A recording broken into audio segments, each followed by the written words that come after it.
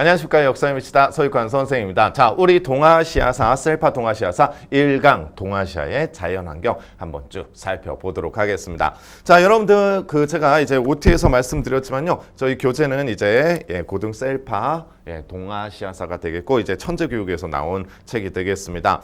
OT에서 말씀드렸지만 이거를 이제 교육과정 개정이 됐잖아요. 개정된 교육과정을 전부 충실히 담아놓은 문제집이다. 이렇게 보셔도 무방할 것 같습니다. 그리고 이제 이 천재 셀파 동아시아사 이거를 교육과정 개정으로 다시 편찬하는 데 있어서 제가 한 5분의 3 정도 역할을 맡았습니다. 그래서 여러분들 공부하시기에 괜찮지 않을까 싶어요. 원래 책 하나 만든다라는 게 조금 어려운 일이죠. 그래서 우리가 이제 동아시아사 여러 교과서가 있잖아요. 그런 교과서에서 하나도 빠지지 않도록 구성을 했으니까 여러분들 내신 공부하는 데 상당히 도움이 되지 않을까 싶습니다. 참고 OT 하시고요. 자, 그러면 우리 동아시아의 자연환경 한번 들어가 보도록 하겠습니다. 자, 가볼까요? 자, 먼저 보시면요. 이제 동아시아 지역의 세계 해서 나오고 있습니다. 범위 쭉 나오는데 여러분들 우리나라 동쪽에는 뭐가 있나요? 일본이 있죠. 그래서 일본, 그 다음에 이쪽 보시면 티벳 고원이 보이죠. 이거는 우리가 지도에서 한번 또 살펴보도록 하겠습니다. 자, 그리고 남북으로는 몽골과 그 다음에 베트남까지 범위로 한다라는 거죠. 그러면 왜 뜬금없이 베트남은 왜요? 베트남 같은 경우는요, 그래요. 중국에 늘 복속된 애들이었습니다. 베트남 같은 경우는요. 언제부터 복속이 되냐면 한무제 시기부터, 중국의 한무제 시기부터 그 다음에 당나라가 망할 때까지는 늘 중국의 지배를 받아왔거든요. 그렇기 때문에 베트남 역시도 동아시아의 영향을 많이 받았다. 그래서 동아시아 문화권이라고 얘기를 하는 거지. 자, 그 다음에 주요 지역을 보면요. 됐습니다. 이런 것들은요. 티베트, 몽골, 중국 본토, 만주, 한반도, 일본, 홍강 유역, 타이완, 오키나와 이런 것들이 다 들어가 있다라는 거. 자, 주요 국가들만 보셔도 무방하겠죠. 한중일, 베트남이 가장 대표적인 국가가 되겠고요. 그 다음에 이 민족에서 쭉 봤을 때 보세요. 한민족 우리죠. 그 다음에 한족은 중국의 90% 이상을 차지하는 민족이 되겠고요. 그 다음에 일본 민족들, 그 다음에 몽골, 위구르, 티벳이 있습니다. 자, 이런 몽골 이후에 이제 위구르, 티벳 같은 경우는요. 지금 이제 중국의 소수 민족으로서 중국의 지배를 간섭을 많이 받는 민족이 되겠죠. 그리고 요 비해 쪽이 있는데 요 비해 쪽 같은 경우는요. 베트남족이라고 생각하시면 되겠습니다. 베트남의 메인 민족이 비해시다라는 거. 자, 그 다음에 문화를 한번 살펴보면 동아시아 문화의 가장 큰 특징은 무엇인가? 동아시아 문화의 가장 큰 특징은요. 한자, 불교, 율령, 유교가 되는 거죠. 왜냐하면 이런 한자 같은 경우는 중국이죠. 우리 특히 한중일을 살펴보면 되죠. 우리나라도 한자 영향권에 있고요. 일본 역시도 마찬가지고 중국은 메인 문자가 한자이기 때문에 이런 한자와 그 다음에 불교 공통이죠. 동아시아 공통이고요. 그 다음에 유교, 율령. 자, 이런 네 가지 중에서 불교, 유교, 율령 그리고 하나 추가해서 고대 문자인 고대부터 발원한 이 한자까지 언제 수립이 되냐면 동아시아 문화권에 영향을 크게 미치게 되냐면요. 당나라 이후에, 중국 당나라 이후에 이런 문화가 동아시아에 깊숙하게 퍼지게 된다. 이것도 우리가 차차 가면서 공부를 하도록 하겠습니다. 자, 이쪽은요. 여러분들 그냥 그렇구나 라고 생각하면서 넘기면 되겠죠. 자, 그 다음에 이제 지형을 한번 살펴보도록 할게요. 지형. 자, 이 지형은 여러분들 이렇게 가면 돼. 동쪽으로 갈수록 낮아진다. 그러니까 어떻게? 서, 고, 동, 저 이렇게 가면 돼요. 서, 고, 동, 저. 서쪽은 높고 그러면 왜 높은가? 서쪽이 높은 이유는 티벳 고원 때문이다 라는 거. 그 다음에 동쪽으로 갈수록 점점 낮아지면서 그 다음에 평야 해안까지 위치해져 있다라는 거죠. 그래서 서고 동적 동아시아의 지역이다. 이게 메인이야. 이게 메인. 자, 그 다음에 이쪽 좀 세부적으로 들어가 보도록 하겠습니다. 이 세부적으로 들어오면요. 일단 해발고도 요쪽이 서쪽이 되겠지. 서쪽, 서고 어떻게 가면 되겠습니까? 해발 고도가 4,500m 이상인 지대가 펼쳐지게 되는데 그 지역을 우리는 티벳 고원이라고 얘기를 하고요. 그 다음에 점점 어디로 올수록 동쪽으로 올수록 낮아지고 있다라는 거. 특히나 요 해발 고도 1,000에서 2,000m 사이에는 뭐가 펼쳐지고 있다? 사막지대 역시도 펼쳐지고 있다. 자, 그 다음에 1,000m 이하로 내려가게 되면 여기가 우리나라가 들어와 있는 곳이 되겠죠. 그래서 이 한반도가 위치한 요 해발고도 1,000m 이하는 구름과 평원지대였다. 무슨 뜻이냐면 살짝 언덕이 있고 그 다음에 평지가 쭉 펼쳐져 있다라는 거지. 자, 그 다음에 이제 바다 바깥 보면요. 아무래도 여기는 동쪽에 뭐뿐 없다? 일본이죠. 그래서 어쨌든 대륙을 중심으로 봤을 때 일본 열도가 바다 바깥이 될 거고 그 다음에 오키나와. 요즘 오키나와가 가장 또 그 뭡니까? 그 여행 같은 거 많이 가죠. 원래 이 오키나와는 일본이 아니었어요. 오키나와 그 현에 편입된 그 왕국이 있었는데 그게 뭐냐면 류큐 왕국이라는 게 있었어. 류큐 왕국. 이 류큐를 우리는 이렇게도 표현합니다. 유구. 그런데 요 왕국을 일본이 메이지 유신이라는 근대적 개혁이 있었거든. 그때 강제로 편입을 하면서 오키나와로 이렇게 편입이 되는 거지. 그래서 이런 것들도요 우리가 추후에 또 보도록 하겠습니다. 자, 그 다음에 중국 옆에 있는 타이완이 있죠. 타이완을 우리가 뭐라 부르니? 대만이라고도 얘기를 하지. 그래서 지금 보면 어쨌든 여러분들이 우리가 내신을 준비하는 데 있어서 가장 중요한 건 뭐뿐 없다. 동아시아의 지형은 저쪽에 서쪽은 높다. 뭐 때문에? 티벳 고원. 그리고 점점 동쪽으로 갈수록 낮아진다. 요 타이틀만 이해하면 되는 거야. 요청은 되겠니? 자, 그 다음에 이제 넘어가 보도록 하겠습니다. 요게 이제 지도가 될 텐데 우리가 일반적으로 시험이라는 건 특히나 이제 역사에서 시험에서 어려운 부분이 뭐냐면 표가 있고요. 그 다음에 또 이런 지도가 있는 거야. 여러분들 지도로 문제화가 되기 때문에 지도는 잘 알아둬야 되는 거야. 자, 보세요. 앞서 제가 이렇게 얘기했죠. 여기가 뭐?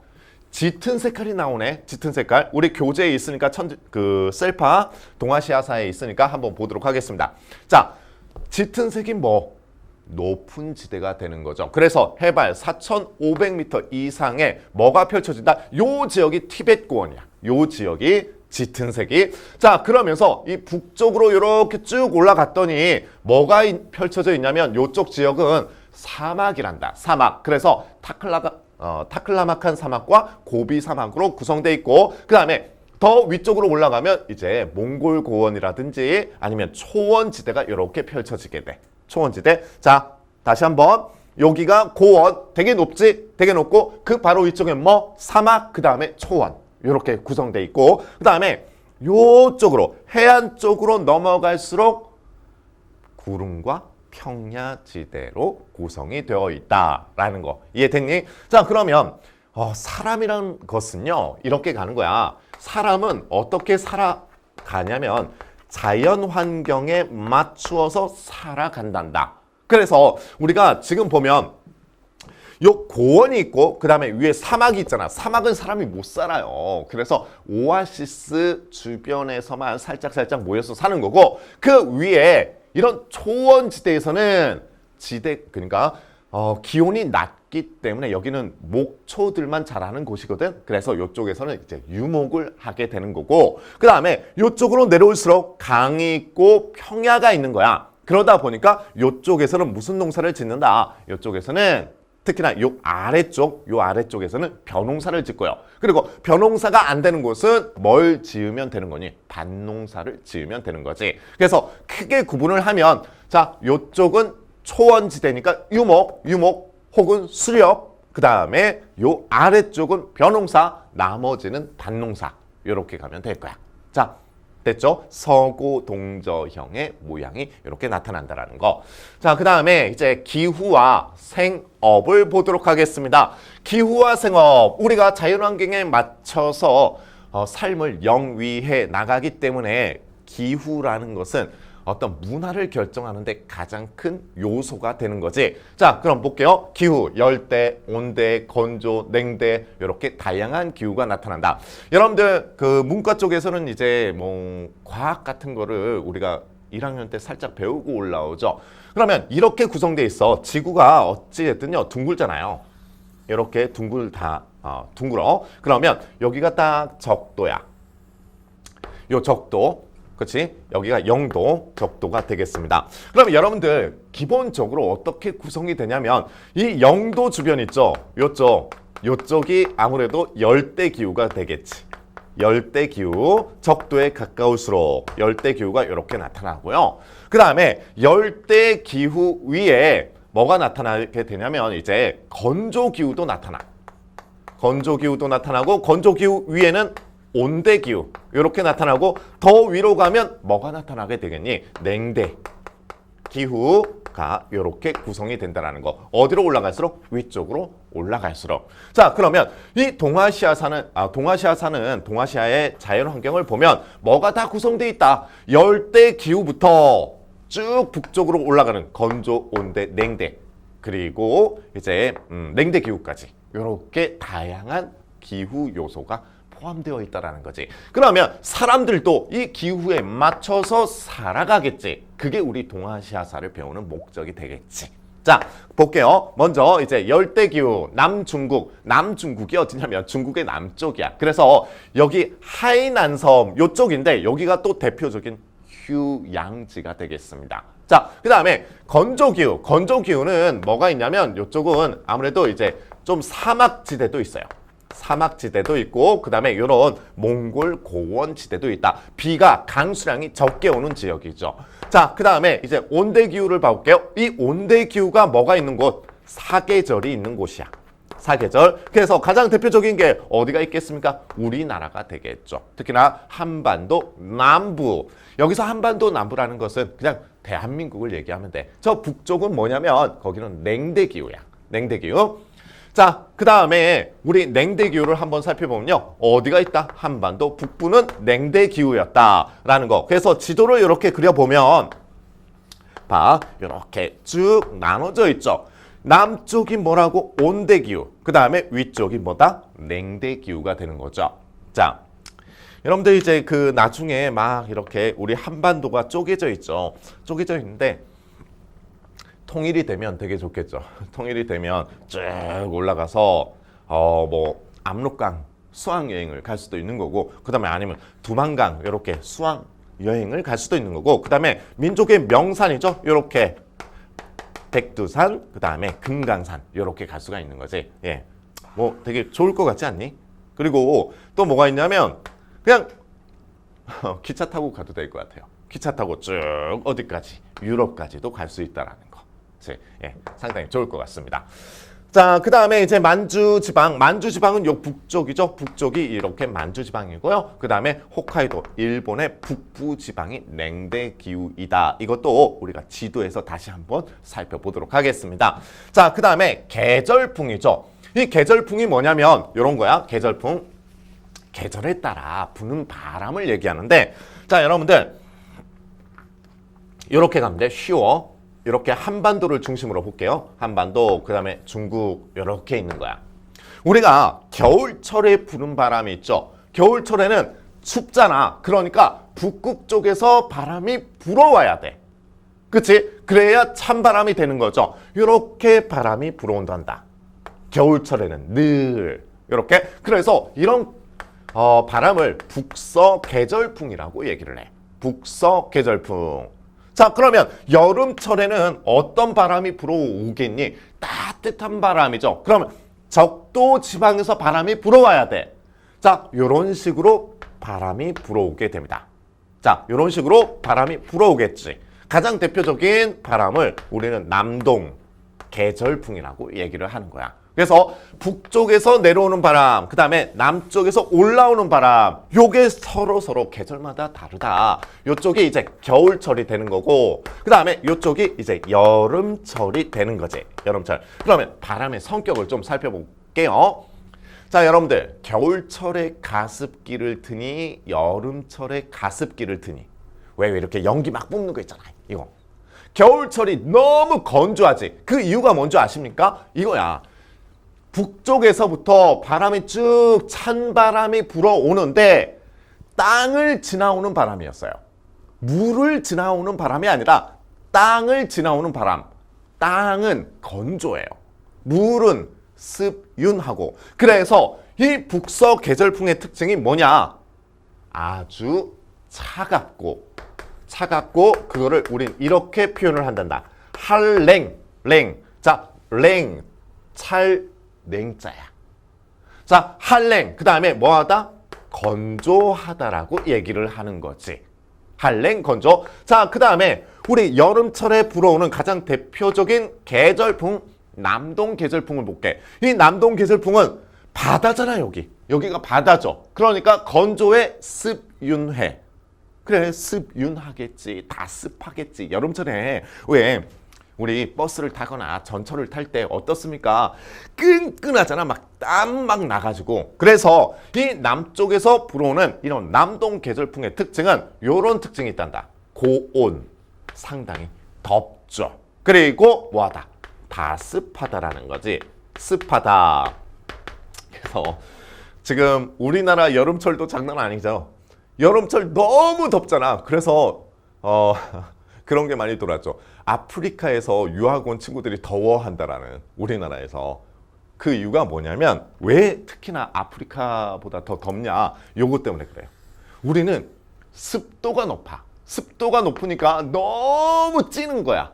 그런데 아프리카의 대부분 국가들은 건조하거든. 걔네들은 고온 건조해요. 그래서 나무 그늘 같은 데 있지. 그늘 밑에만 들어가면 시원한 거야. 허나 우리는 그늘 밑에 들어가도 그렇진 않죠. 뭐 때문에? 이런 습도 때문에 그렇죠. 그래서 우리가 겨울철에는 가습기를 틀고요. 그 다음에 여름철에는 뭘 트니? 제습기를 틀지. 자, 그러면 우리가 계절풍에 대해서 이렇게 한번 살펴봤습니다. 그럼 계절풍 여기 한번 볼게요. 중국 본토의 태평양, 연안, 한반도, 일본 열도는 계절풍의 영향을 받는다. 그래서 나오는 게 겨울철, 여름철. 자, 북서풍, 남동풍이 부는데 북서풍의 특징은 아주 차갑고 건조하다라는 거. 그래서 선생님이 어떻게 얘기를 했니? 한랭, 건조 이렇게 표현을 했고, 그 다음에 여름철에는 덥고 고온, 가습하다라는 게 특징이 되겠죠. 자, 이렇게 설명했고요. 그 다음에 여름철의 특징을 조금 더 보면 가습하다라는 것은 비가 많이 온다라는 거죠. 특히나 우리가 여름, 늦, 가을 요때 뭐가 많이 오니? 비가 많이 오는데 뭐 때문에? 장마, 전선 때문이죠. 여러분들, 이 장마라는 게 왜 이렇게 나타나게 되냐면요. 장마 전선이 만들어지냐면 북쪽의 차가운 공기와 그 다음에 남쪽의 뜨거운 공기가 만난 거야. 둘이 만나면서 막 비를 뿌리는 거지. 그게 장마 전선이 되겠습니다. 장마 전선. 자, 그러면서 이런 많은 강수량은, 여름철에 많은 강수량은 농작물 혹은 식물의 성장에 큰 도움을 준다라는 거. 뭐 이거는 말 안 해도 아실 것 같습니다. 자, 이렇게 봤고요. 그 다음에 이제 생업을 보도록 하겠습니다. 여기서 이제 생업이라는 것이 자연환경에 맞춰서 우리가 살아가는 거야. 그러면 강수량에 따라서 이렇게 생업이 달라지는데 한번 볼게요. 연 강수량 600mm 이상, 요거는 비가 많이 오는 곳이에요. 비가 많이 오는 곳에서 우리가 뭘 한다? 논농사를 짓는 거지. 여러분들, 이 논농사가 뭘 키우는 거니? 벼를 키우는 거란다. 이게 우리가 농업에서 다시 한번 살펴보겠지만 벼라는 작물은 비가 많이 와야 돼요. 그리고 온도가 높아야 돼요. 그래서 이거는 알고 갈까? 고온, 다습해야 벼가 잘 자란다 라는 거. 그러면 그 지역을 한번 보도록 하겠습니다. 지역을 보면요, 뭐 중국의 화이어강 이남, 이것도 지도에서 살펴볼게요. 여러분들 이런 것들이 시험 문제라고 보시면 돼요. 화이어강 이남, 그 다음에 한반도의 중남부와 일본의 남부 혼슈, 중부 이후에 혼슈 지방이 대표적이다. 자, 어찌됐든 남쪽으로 가야 비가 많이 오는 거야. 남쪽에 뭐가 있으니까? 바다가 있으니까. 일단 그 기억하고요. 그 다음에 연강수량 그 중간이죠. 400mm에서 600mm 사이 볼게요. 여기서는요. 비가 엄청 많이 오는 건 아니야. 그런데 적당히는 와줘요. 허나 별을 키울 만큼의 강수량은 아니라는 거지. 그런데 우리가 뭐 하겠습니까? 밭농사를 짓는 거죠. 앞서 여기 화이어강이 있었죠. 화이어강 이남, 그러니까 화이어강의 남쪽이 벼농사였어. 그러니까 이번에는 어디? 화이어강 이북이다. 그리고 만주와 한반도 북부, 그리고 일본의 북부죠. 이런 데서는 밭농사를 시행한다라는 거. 자, 그 다음에 400mm 이하. 이런 400mm 이하가 건조지대야.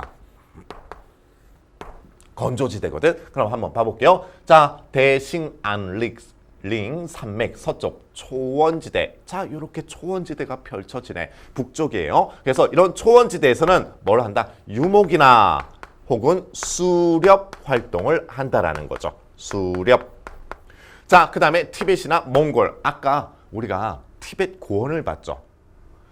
완전 내륙으로 둘러싸였지. 그러다 보니까 상당히 건조한 거죠. 자, 이런 데서는 뭘 하면서 살았다? 유목을 하면서 살았다.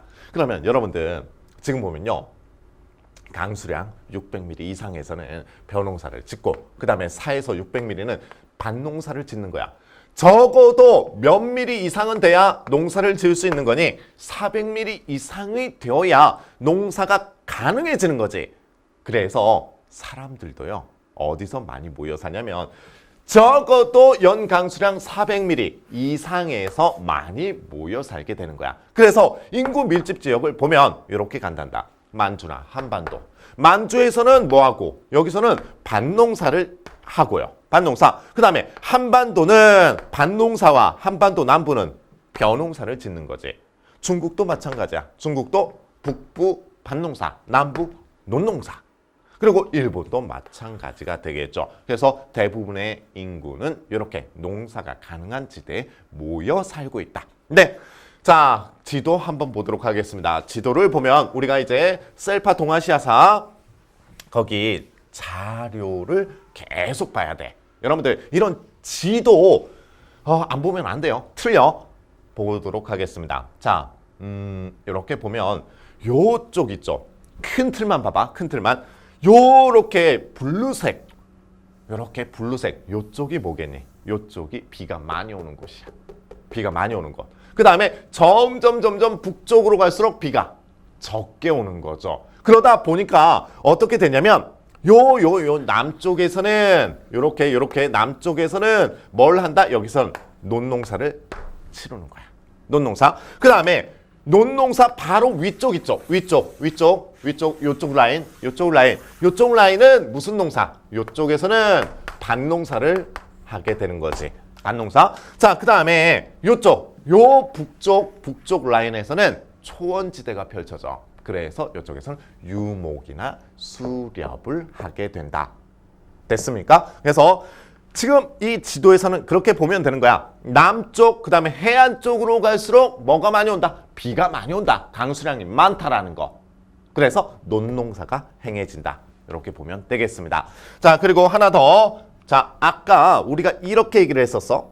쭉 봐봐. 요 선이 있죠. 요 선이 400mm에서 600mm 선이었어요. 강수량 400에서 600mm 선이야. 볼까? 그러면 요 400에서 600mm가 기준이 되어서 북쪽에는 무슨 농사? 그러니까 이것보다 이상은 무슨 농사? 600mm 이상이니까 여기서는 논농사가 행해진다. 그 다음에 요 아래쪽에서는 400mm 이하에서는 무슨 산업이? 유목으로 이렇게 삶을 영위해 나간다. 자, 그럼 뭐가 시험 나오겠니? 요거 시험 나오겠지. 요것만 알면 되는 거야. 됐겠습니까? 자, 이렇게 봤고요. 그 다음에 이제 농사와 관련된 내용이에요. 농사 1, 2, 3 해서 이렇게 나오고 있는데 한번 볼게요. 자, 여러분들 강이 있죠. 중국의 대표적인 강이 이렇게 구성되어 있어. 선생님이 아예 지도를 그려버릴게요. 자, 보세요. 이렇게 돼 있으면 중국의 대표적인 강. 먼저 이 북쪽 요쪽을 흐르는 강이 있는데 요쪽을 우리는 황허 강이라고 얘기를 해. 황허강. 그 다음에 요 남쪽에 있는 강이 창장강이라고 얘기를 해. 창장강이라고 얘기를 하는데 여러분들 이 창장강을 뭐라고도 얘기를 하냐면 이쪽을 이제 뭐 양쯔강이라고도 뭐 얘기를 해. 이렇게 자 창장강 그 다음에 북쪽에는 황허강 이렇게 구성되어 있다는 거 이렇게 봤고요. 그 다음에 화이어강은 요 중간 라인에 있어. 아까 화이어강이 있었지? 화이어강 요쪽이 중간 라인이야. 화이허강 중간 라인인데 앞서 이렇게 얘기를 했었습니다. 중국에서 화이어강 위쪽 그 다음에 화이어강 아래쪽 이렇게 나눴거든. 자 화이어강 북쪽은 밭농사 화이어강 남쪽은 뭐? 논농사가 되는 거야. 그래서 여러분들 요것도 알아둬야 돼. 이렇게 자 대표적인 강이고요. 그 다음에 명칭이 있어. 황허강을 중심으로 한 요쪽 있지? 요쪽 라인 요쪽 북쪽이잖아. 북쪽 요쪽을 우리는 이렇게 얘기를 해. 화북지방이라고 얘기를 해. 화북지방. 그 다음에 여기 요 라인 보이시죠?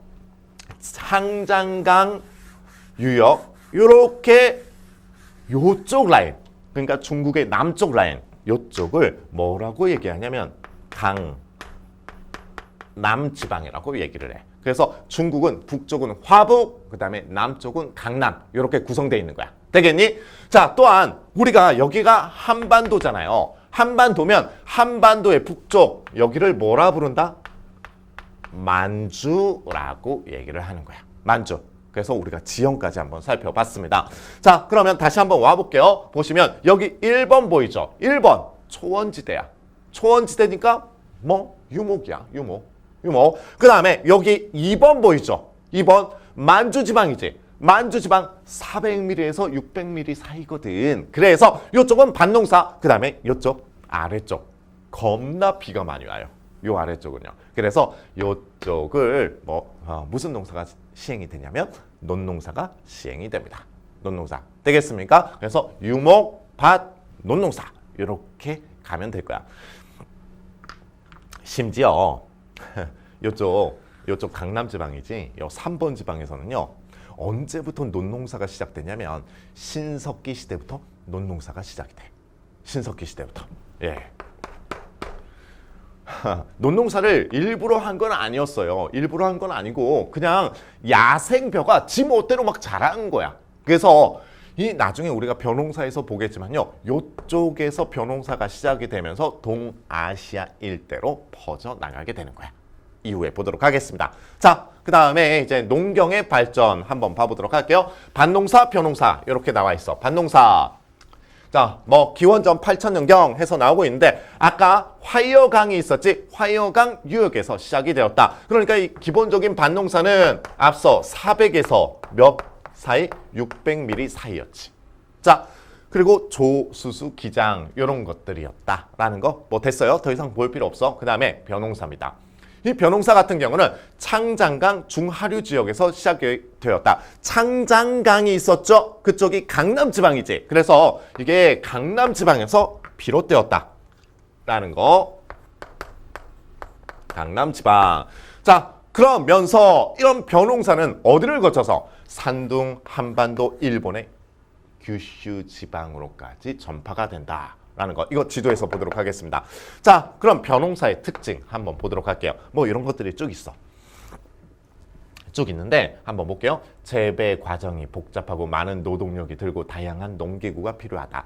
그 결과 벼농사가 이렇게 전파가 되는데 벼농사를 치르는 게 너무 복잡한 거야. 그래서 벼농사 자체만 넘어가는 게 아니에요. 이 벼농사를 할 수 있는 사람이라든지 아니면 기술까지 같이 전파가 되는 거야. 자, 벼농사 기법 하나만 넘어가는 게 아니야. 전파 과정에서 너무 복잡하니까. 그래서 이거를 할 수 있는 사람과 기술까지도 같이 넘어가는 게 벼농사 전파의 특징이다. 그럼 벼농사는 뭐가 좋은데요? 일단 뭐 우리가 주식으로 먹잖아요. 주식으로 먹는데 가장 장점이 뭐냐면요. 벼농사의 장점은요. 이런 거야. 인구 부양력이 높아요.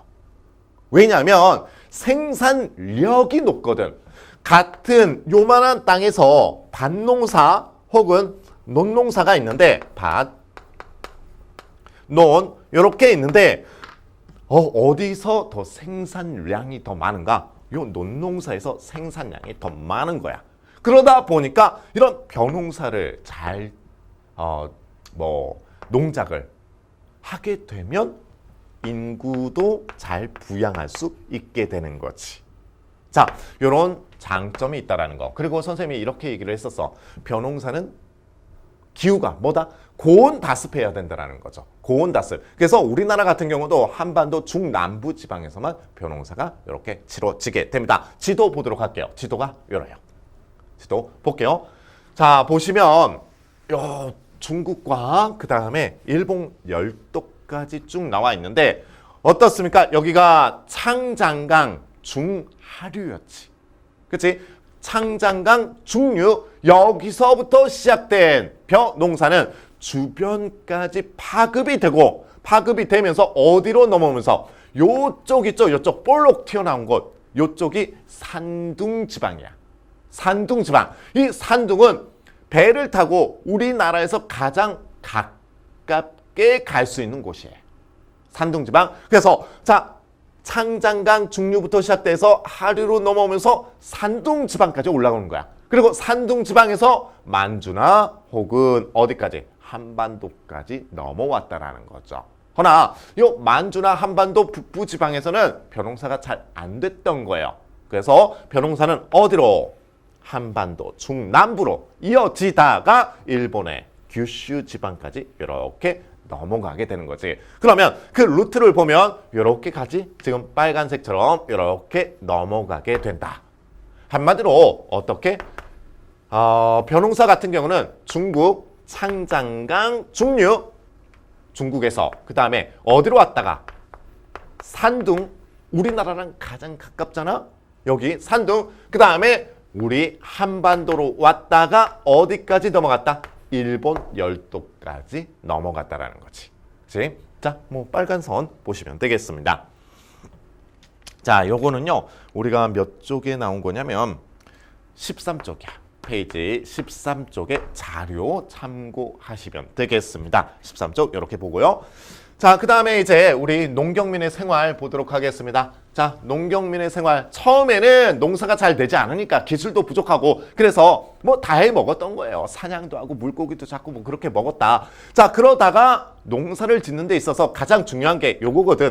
기후와 그 다음에 물이란다. 물을 항상 저장할 수 있어야 되거든. 자, 물을 저장하는 곳을 뭐라 불러? 저수지죠. 혹은 넘치지 않게 제방을 막 쌓는 거야. 물이 넘치지 않게, 강에서 범람하지 않게. 이런 것들을 많이 축조하게 되면서 뭐가 되었다? 예, 농경이 더욱더 발전하게 되었다. 자, 그런데 여러분들 요 내용이 있어. 봐봐. 저수지 하나 만드는 거 생각해보자. 저수지는 땅이 이렇게 있으면 땅을 파야 돼요. 땅을 어마무시하게 파서 여기에 물을 담아두는 거야. 그래서 필요할 때 물을 뽑아 쓰는 거거든. 제방을 한번 쏴볼게요. 제방은 강물이 범람하잖아. 넘치잖아. 이거를 넘치지 못하도록 쭉 제방을 축조하는 거죠. 공통점이 뭐냐면 어마무시한 노동력이 든다라는 게 공통점이에요. 노동력이 너무 많이 든다라는 거. 그러면 이런 수많은 인원이 필요했을 거고 사람이 필요했을 거고 이거를 지휘하는 사람들이 필요했겠지. 그치? 자, 너는 이거 하고 넌 이거 하고 역할을 분담시켜줘야 되겠죠. 이런 과정에서 중앙 집권적인 권력이 출현하게 되었다는 거죠. 이해됐니? 수많은 사람들이 필요했고 이런 사람들을 효율적으로 일을 시키고 분담하는 과정에서 뭐가 나타났다? 중앙 집권이 형성이 되었다라는 거. 예, 잘 알아두셔야 되겠습니다. 그 다음에 이제 목축과 유목 한번 보도록 하겠습니다. 자, 목축과 유목 같은 경우는요. 일단 목축이야. 유라시아 내륙의 고원 및 초원지대다. 아까 여기 무슨 고원이 있었습니까? 몽골 고원이 있어. 몽골 고원과 그 다음에 초원지대. 그 외 초원지대에서는 이게 400mm 이하의 건조지대거든.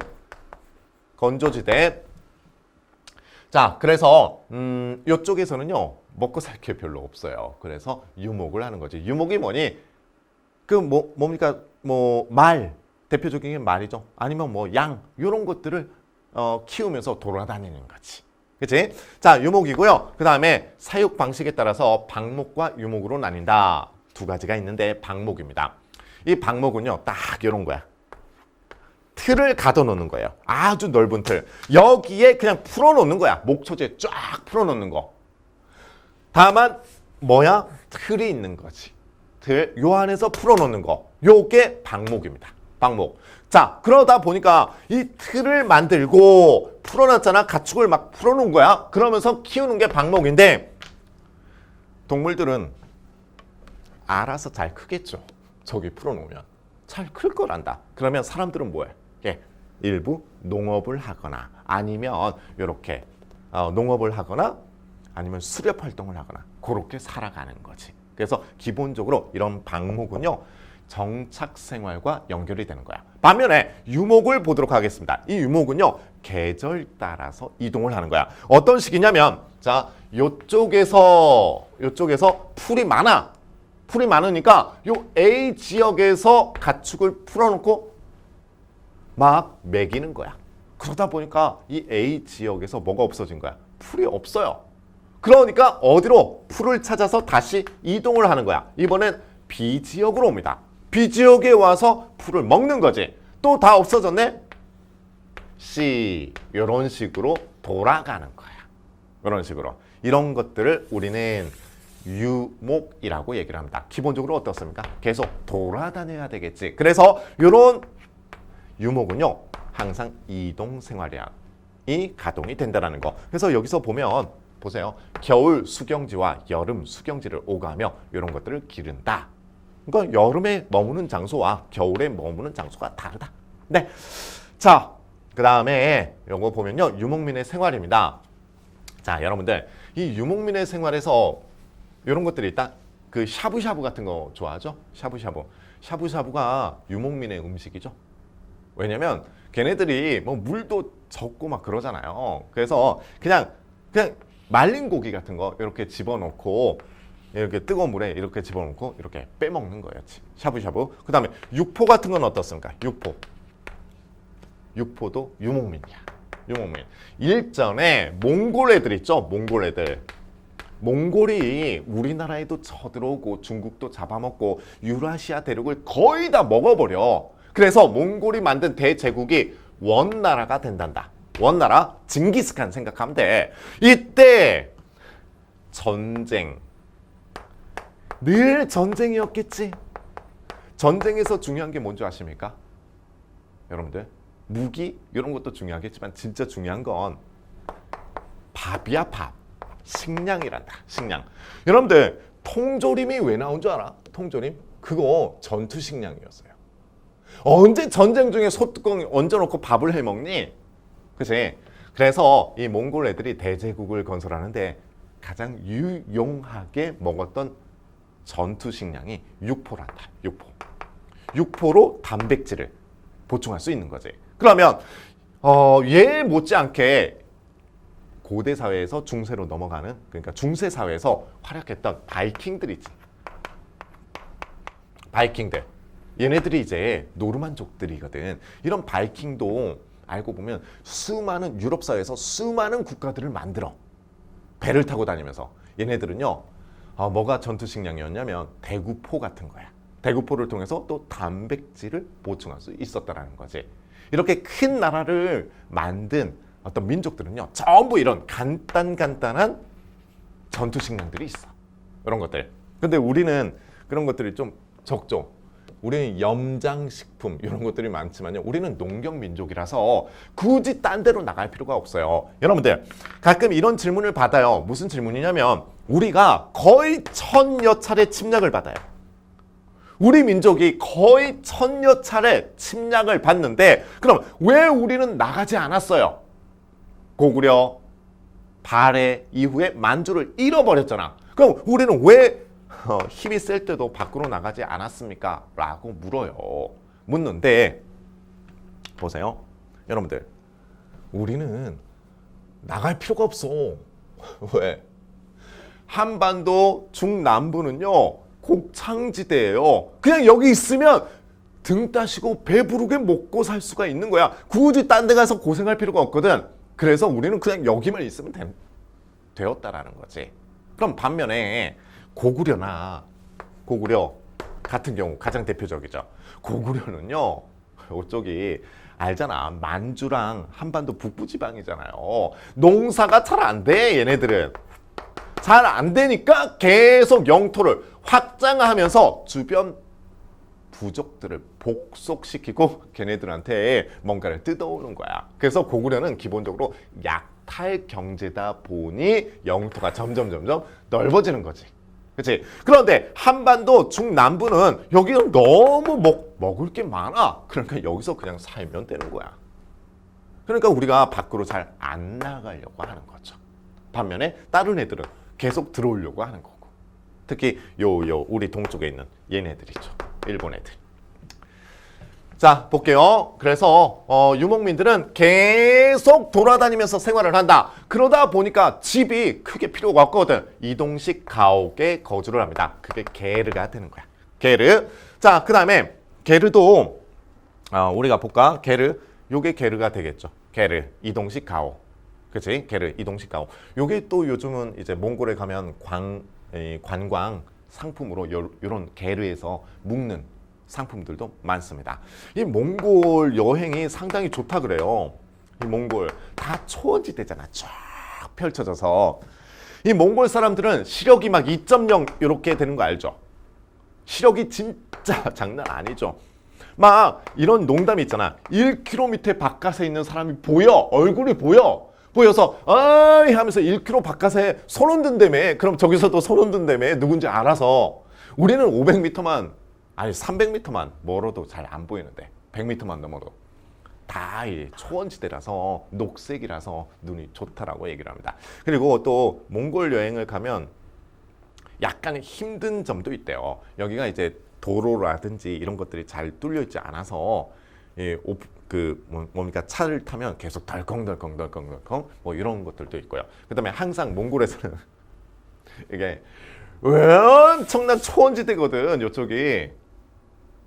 그러다 보니까요 자유여행을 가면 길을 잃어요. 여러분들 여기서 길을 잃으면 어떻게 되겠니? 몰라. 어디 갈지 몰라. 막 북극가 있고 막 그럴 수도 있어요. 그래서 항상 가이드가 필요하고 차량이 필요하다라고 얘기를 합니다. 그래서 조금 비용은 좀 드는데 상당히 좋다 그래요. 자, 요게 이동식 가옥 게르가 되겠죠. 약간 이제 요 안에 막 전자제품도 들어가 있고 막 그렇잖아. 현대식 게르는요. 다시 와서 보면요. 자, 저런 게르 이동식 가옥에 거주를 했다. 중요합니다. 요 명칭 자체가 중요해. 그 다음에 가축을 통해서 이런 것들, 유제품 같은 거 아니면 가죽이나 털 이런 것들 이용을 하고요. 그 다음에 심지어 배설물까지도 이용을 하죠. 배설물을 태우면 이게 땔감이 되는 거야. 가축에서 나오는 모든 것을 가지고 생활에 접목을 시키게 됩니다. 자, 그 다음에 낙타와 소 등은 뭐 물건 운반 됐고요. 말은 전투죠. 그래서 사용을 했다. 그래서 유목민들은요 거의 태어나면서부터 말과 친해지잖아. 막 4살만 돼도 자기 말이 있잖아요. 자기 말 타고 다니면서 노는 거지. 그런 애들이 나중에 성장해서 군인이 되었다라고 생각을 해봅시다. 말을 어마무시하게 잘 다뤄요. 그래서 유목민족들이 성장을 해서 부족이 통합이 되면 무서운 거야. 왜? 걔네들은 기본적으로 말을 잘 다루거든. 무서운 거야. 자, 그 다음에 이제 세 번째 보도록 하겠습니다. 수렵 활동을 여전히 한다. 수렵이 사냥이에요. 그리고 네 번째, 부족 단위의 생활을 한다. 그러다 보니까 뭐의 권한이 강하다? 부족장의 권한이 상당히 강한 거야. 자, 이렇게 강한 거야. 보세요. A 부족이야. 유목민 A 부족의 부족장. 그 다음에 B, C 이렇게 있는 거예요. B, C 서로 터치하지 않습니다. 이렇게 각기 자기 부족은 그 부족장들이 통치를 하는 거야. 그러다가 어떤 강한 놈이 나왔어요. 얘가 강해졌어. 엄청나게 강한 부족장이야. 그래서 B를 굴복시키고 C를 굴복시키면서 하나의 큰 국가를 만들어 버렸단다. 이런 식으로 만들어진 국가가 몽골 그리고 국호를 바꾸지 뭘로? 원나라가 되는 거야. 이렇게. 그러다 보니까 얘네들은 기본적으로 말 타고 전쟁하는 애들 아닙니까? 강력했죠. 자, 그 다음에 그러다 보니 이제 부족의 각기 성격이 짙은 거야. 뭐는 인정하지 않는 풍토가 있다. 군주권은 인정하지 않는다. 그래서 기본적으로요, 유목민족들은 뭘 하냐면요, 그냥 부족 단위의 생활을 하는 거야. 그러다가 한 강력한 부족장이 나타나게 되면 통합이 되고 무서워진다는 거지. 자, 됐고요. 그 다음에 이제 농경민족과 개를 받고 농경민족과 북방민족 보도록 하겠습니다. 뭐 됐죠. 북방민족 전투력 장난 아니다. 그리고 여기서 이제 등자의 발명으로 기마전에서 우위를 펼치게 된다. 자, 요 등자 하면은요, 뭐가 있냐면 이런 것들 있지. 이렇게 해서 이런 것들 왜 말 안장을 넣고요. 그 다음에 여기 다리를 꽂잖아. 다리. 이런 게 등자가 되겠죠. 이런 등자. 그 다음에 농경사회와 유목사회의 내용을 한번 보도록 하겠습니다. 농경사회는 뭐가 많니? 곡물, 쌀, 조, 보리 이런 것들이 많을 거야. 유목사회는요. 말, 모피, 유제품 이런 것들이 많을 거야. 서로 교환을 하겠죠. 서로 교환. 자, 농경사회에서는 곡물, 그 다음에 유목사회에서는 말, 모피, 유제품 이런 것들을 서로 교환하게 된다라는 거. 그런데 이런 것들이 있어요. 정치적인 이유로, 그러니까 이 농경민족도 늘 곡식이 필요한 거야. 이렇게 교환이 되어야 되는데 이 교환이 정치적인 이유로 단절이 되었다라고 생각을 해봅시다. 그럼 겨울 되기 전에 유목민족들은 먹을 거를 구해놔야 되겠지. 그런데 교역을 할 수가 없네. 말 타고 쳐버리는 거예요. 이렇게 딱 쳐들어와서 약탈을 하고 돌아가게 되는 거죠. 그래서 여러분들 이거 있잖아. 천고, 마비의 계절이 뭡니까? 천고, 하늘은 높고 말은 살찐다.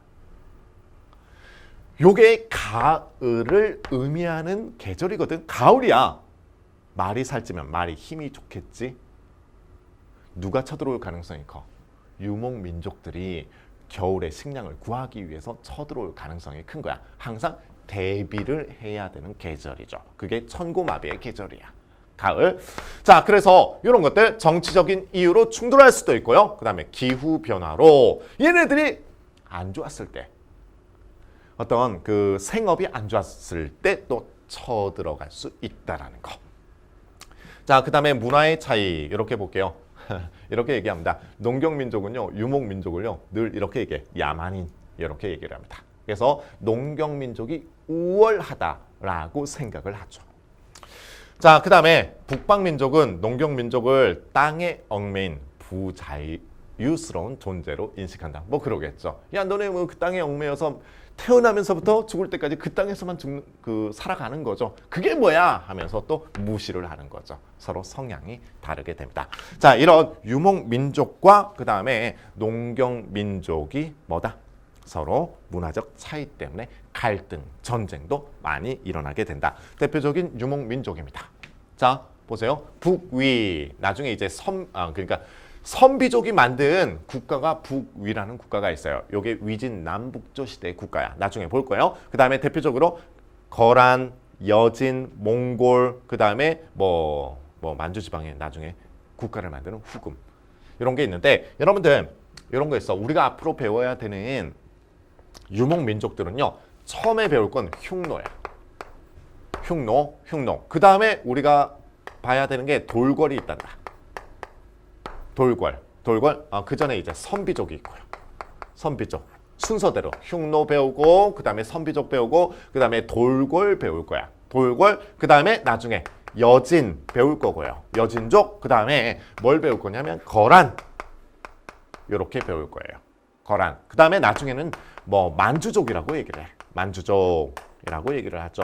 요 사이에 뭐도 있냐면 말갈족도 있단다. 그래서 대표적인 유목민족 우리가 또 동아시아사에서 계속 보도록 하겠습니다. 자, 그래서 우리 첫 강 동아시아의 자연환경 살펴봤습니다. 진짜 본론은 우리 2강부터라고 생각해도 무방할 것 같습니다. 동아시아의 선사문화 2강에서 찾아뵙도록 하겠습니다. 여러분들 감사합니다.